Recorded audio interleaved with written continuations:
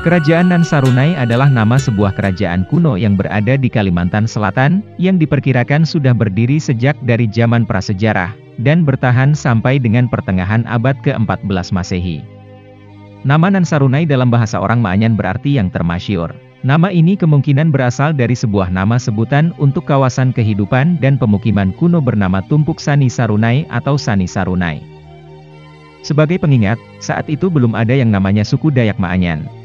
Pengelompokan dan penamaan suku yang didasari tempat, bahasa, adat dan budaya, baru pertama kali diperkenalkan oleh bangsa Eropa pada abad 19.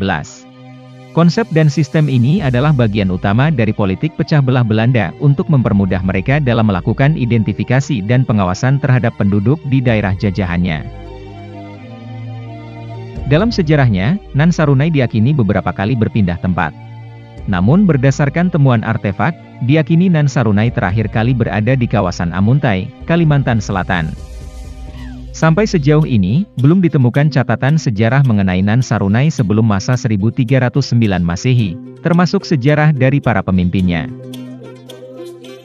Selama berabad-abad, leluhur orang Maanyan, yaitu orang Janyawai, masih mengandalkan tradisi yang menurunkan sejarah, tata cara adat, aturan hukum dan lain sebagainya melalui lisan atau melalui nyanyian atau wadian secara turun-temurun. Berdasarkan fakta tradisi ini, beberapa sejarawan mengkategorikan pemerintahan Nan Sarunai sebelum abad 12 sebagai pemerintahan sederhana atau sebuah negara suku. Asumsi ini juga diperkuat oleh Alfani Daud dalam bukunya Islam dan Masyarakat Banjar, menyatakan pemerintahan Nan Sarunai bukanlah bentuk sebuah kerajaan, melainkan sebuah kesatuan komunitas besar dari beberapa kelompok. Hal senada juga dikatakan Suryan Shah Ideham, bahwa sistem organisasi pemerintahan Nan Sarunai sebelum abad 12 masih tergolong sangat sederhana. Masyarakat Nan Sarunai didominasi oleh para pelaut handal, dan telah melakukan interaksi perdagangan dengan penduduk lain di wilayah Nusantara. Hal ini terbukti pada tahun 1309, raja yang dinobatkan di Nan Sarunai bernama Raden Japutra Layar, di mana Raden adalah gelar bangsawan Jawa yang diberikan kepada sang raja oleh Raden Wijaya sebagai penguasa Majapahit saat itu. Inilah untuk pertama kalinya terdapat catatan mengenai keberadaan Nan Sarunai, sampai dengan keruntuhannya di penghujung abad 14. Interaksi orang Nan Sarunai bahkan tercatat sampai ke Madagaskar di Afrika. Pada tahun 2012 Lembaga Biologi Molekuler Eijkman melakukan penelitian DNA pada suku Malagasy di Madagaskar.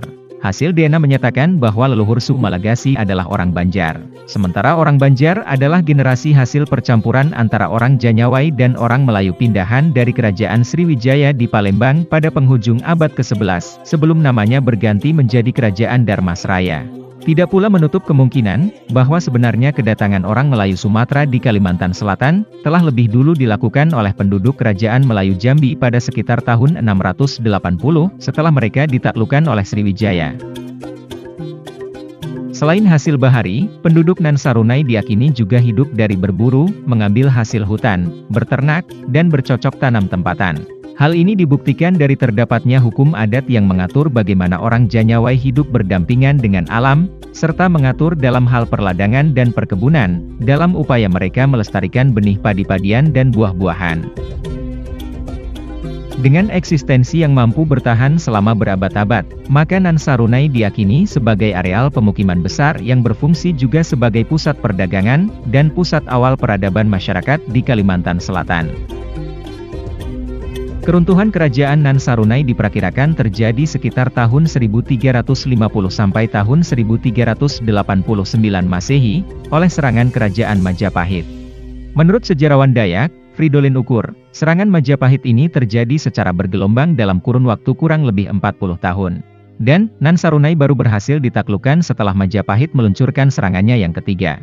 Serangan ini bahkan menghancurkan pohon Saramelum, yang merupakan pohon sakral bagi orang Janyawai. Kisah penyerangan ini oleh penduduk Nan Sarunai diabadikan dalam bentuk nyanyian atau wadian ratapan dan cacian, berjudul Nan Sarunai Usak Jawa. Dengan runtuhnya Nan Sarunai, sang raja terakhir bernama Raden Anyan atau Amah Jarang, melarikan diri ke daerah Banua Lawas, tinggal di sana hingga akhir hayatnya.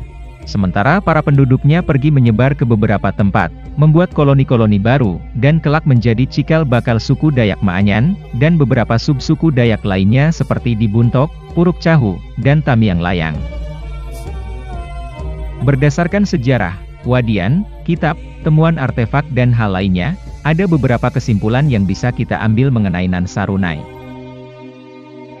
Pada masanya, Nansarunai merupakan pusat perdagangan dan kebudayaan di Kalimantan Selatan. Kota pelabuhan sungai ini dipenuhi dengan rumah-rumah betang berukuran besar.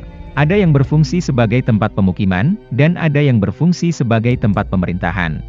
Dapat diasumsikan, Nansarunai adalah sebuah kawasan kota sederhana yang cukup ramai dan padat. Orang Janyawa yang merupakan mayoritas penduduk dan sekaligus pendiri Nansarunai, adalah keturunan orang Austronesia yang berbahasa Melayu kuno. Leluhur dari orang Maanyan ini adalah para pelaut handal, serta kaum yang telah menerapkan konsep bercocok tanam tempatan. Kebudayaan Nansarunai, merupakan kebudayaan asli yang tidak terpengaruh oleh kebudayaan Hindu-Buddha, yang sudah berkembang di beberapa tempat sejak penghujung abad pertama. Kepemerintahan Nansarunai dipimpin oleh seseorang yang berasal dari sebuah keluarga yang kuat. Seperti halnya negara suku pada umumnya, tongkat kepemimpinan diwariskan melalui jalur keturunan anak laki-laki. Dinasti ini akan bertahan, sampai ada anggota dari keluarga kuat lainnya yang berani menantang kepemimpinannya. Sistem kepemerintahan seperti Nansarunai ini ditemukan pula di daerah lain di Kalimantan. Contohnya, negara suku yang dipimpin oleh Kundungga di Kalimantan Timur. Dalam sejarah, Kundungga menikahkan anak putrinya kepada Asfawarman, seorang duta dari kerajaan Salakanegara, yang berada di wilayah Banten. Asfawarman kemudian mendirikan kerajaan Martapura pada abad keempat. Dan dari pernikahannya dengan putri Kundungga, lahirlah Mulawarman, yang kurang lebih namanya berarti Satria Pertama. Meskipun berasal dari sebuah sistem pemerintahan sederhana yang berbasis kesukuan, namun Nansarunai memiliki peran penting dalam membuka jalan bagi lahirnya peradaban sosial lainnya di tanah Kalimantan Selatan. Kerajaan-kerajaan lain pun bermunculan di berbagai macam periode setelahnya, hingga pada akhirnya Kalimantan Selatan menjadi salah satu bagian penting dari Negara Kesatuan Republik Indonesia. Begitulah cerita singkat dari sejarah panjang Nansarunai. Berbagai macam faktor baik itu yang disengaja maupun tidak disengaja, telah membuat kita melupakan kehadirannya. Sudah saatnya kita kembali memahami sejarah, dan merasa bangga atas warisan kebudayaan tinggi serta pencapaian para leluhur kita. Kebudayaan yang merajut tali persatuan dalam kekerabatan, karena sejatinya kita semua bersaudara.